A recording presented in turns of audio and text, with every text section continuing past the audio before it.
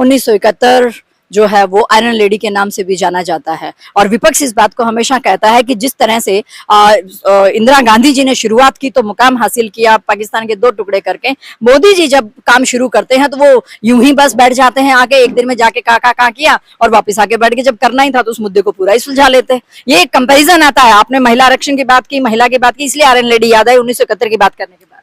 Iron lady, मैं देख रहा हूँ आप कांग्रेस का बहुत अच्छे से पक्ष रख रहे हो। आयरन लेडी, उसको हम आयरन लेडी ही बोलेंगे जिसने पूरे देश को बंधक बना के इमरजेंसी लगा दी, वो आयरन लेडी ही है। और कोई ये कुकर्म कर नहीं सकता था भारत में। ये आयरन लेडी की इतनी हिम्मत। पाकिस्तान के दो टुकड़े भी करवाए जी, और मैं जनता की आवाज बात कर रही हूँ। पाकिस्तान के दो टुकड़े जो है वो सैम मनिक शाह को सारा क्रेडिट जाता है। लेकिन क्या हुआ, यदि इंदिरा गांधी जी ने, तत्कालीन प्रधानमंत्री श्रीमती इंदिरा गांधी जी ने यदि दो टुकड़े कराए तो सैम मनिक शाह जी ने ये बोला था कि हम बॉर्डर पर तो हमारी सेना जीत गई लेकिन टेबल टॉक में हार गई। यदि श्रीमती इंदिरा गांधी जी ने दो टुकड़े करवाए तो मुझे बताइए कि भारत को उसका क्या लाभ मिला। उनके 90,000 जो सैनिक जिन्होंने सरेंडर किया था उनको बिना शर्त के वापस भेज दिया। अपने 54 जो सैनिक थे जो उनकी जेल में सड़ रहे थे उन्हें नहीं छुड़ाने का काम। यदि ये उनको छुड़वाती तब मैं बोलता आयरन लेडी है। तो अगर दो टुकड़े कराए उस समय पीओके ले सकते थे। जो हमने उनका एरिया कैप्चर किया हो तो वो भी वापस लुटा दिया। अपने जो बंदी थे सैनिक उनको भी नहीं छोड़ा। बीजेपी जब सत्ता में नहीं थी तब यही तो क्वेश्चन उठाती थी, यही तो सवाल उठाती थी कि वो जो गलतियां इंदिरा गांधी जी ने की वो गलतियां हम नहीं करेंगे, लेकिन वो गलतियां होती रही हैं, ऐसा जनता बोल रही है। आप देख लीजिए 7 मई को आपने स्ट्राइक की है, आपने टाटा किया, जब 4 दिन का काम हो गया था तो आप पीओके को सुलझा लेते। जब पीओके की बारी आती है हर कोई बैकफुट पर चला जाता है। ऐसा जनता की आवाज है, आप जनरली कहीं पर भी सोशल मीडिया में देख सकते हैं। देखिए सोशल मीडिया पे देख सकते हैं, सोशल मीडिया का टाइम है। जनता जो है यदि उन्हें मोदी जी में कोई कमी, देखो मोदी जी के अंदर ना ये सारा इंडिया अलायंस की जो 26 दल हैं ये सारे कोशिश कर रहे हैं। ये मोदी जी को बदनाम करने के लिए पेगासस भी ले आए, चौकीदार चोर भी ले आए, अंबानी अडानी भी ले आए, वोट चोर एप्स्टीन फाइल भी ले आए, गद्दी छोड़ वो भी ले आए, एप्स्टीन फाइल भी ले आए, लेकिन मोदी जी पे कुछ चिपक नहीं रहा। रीजन क्या है कि मोदी जी जनता के दिलों में बसते हैं।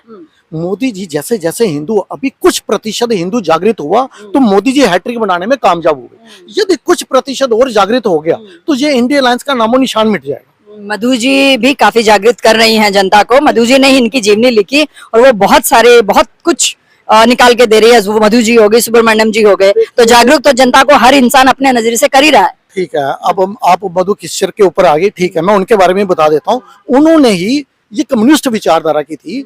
जब मोदी जी प्रधानमंत्री के बनने की पूरी उम्मीद लग रही थी कि मोदी जी की लहर चल रही थी तो ये कम्युनिस्ट को छोड़कर ये मोदी जी के साथ जुड़ गई, मोदी जी का बख्यान करना शुरू हो गई। इन्होंने मोदी मुस्लिम एंड मीडिया के ऊपर एक बुक भी लिखी जिसके अंदर बहुत बख्यान किया हुआ है। और जो इन्होंने आरोप लगाए हैं मोदी जी के ऊपर कि 2014-15 के बाद मैंने मोदी जी से दूरी बना ली। आपको मालूम है उस समय इनकी उम्र कितनी थी?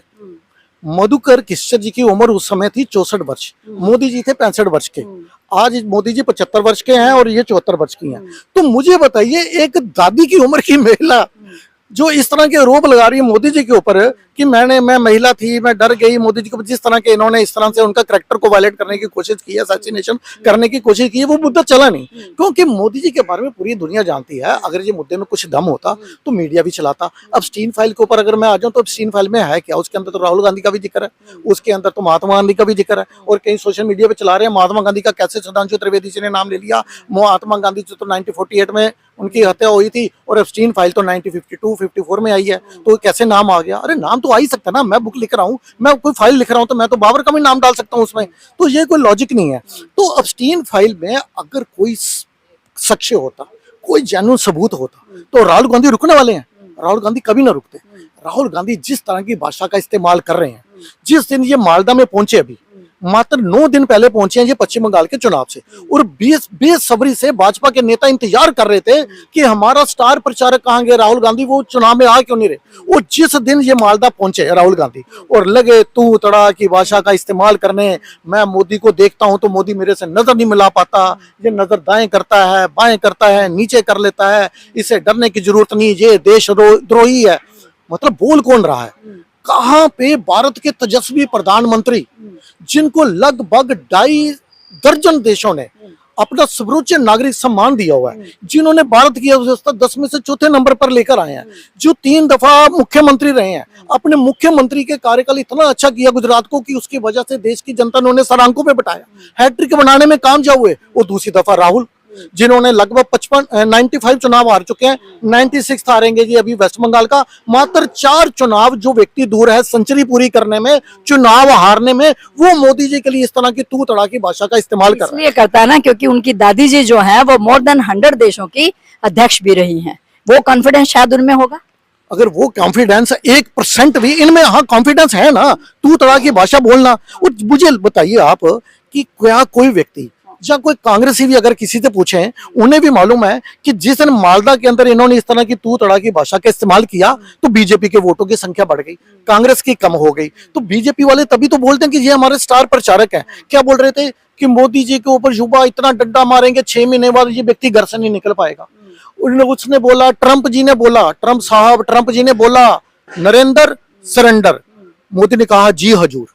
मतलब आप भारत के एक संवैधानिक पद पे बैठे भारत के प्रधानमंत्री के लिए आप इस तरह की भाषा का अगर इस्तेमाल करोगे तो फिर वोट चोरी नहीं होंगे, फिर जनता इनको नकारती है। फिर कहते हैं ना वोट चोरी हो गए, वोट नहीं चोरी होते, फिर जनता नकारती है। तो राहुल गांधी जो है अगर इसी तरह से अपनी भाषा शैली में सुधार नहीं करेंगे, अपनी बहन प्रियंका गांधी से कुछ सीख लें। क्या उनके मुंह से सीख तो रहे हैं प्रियंका जी के लिए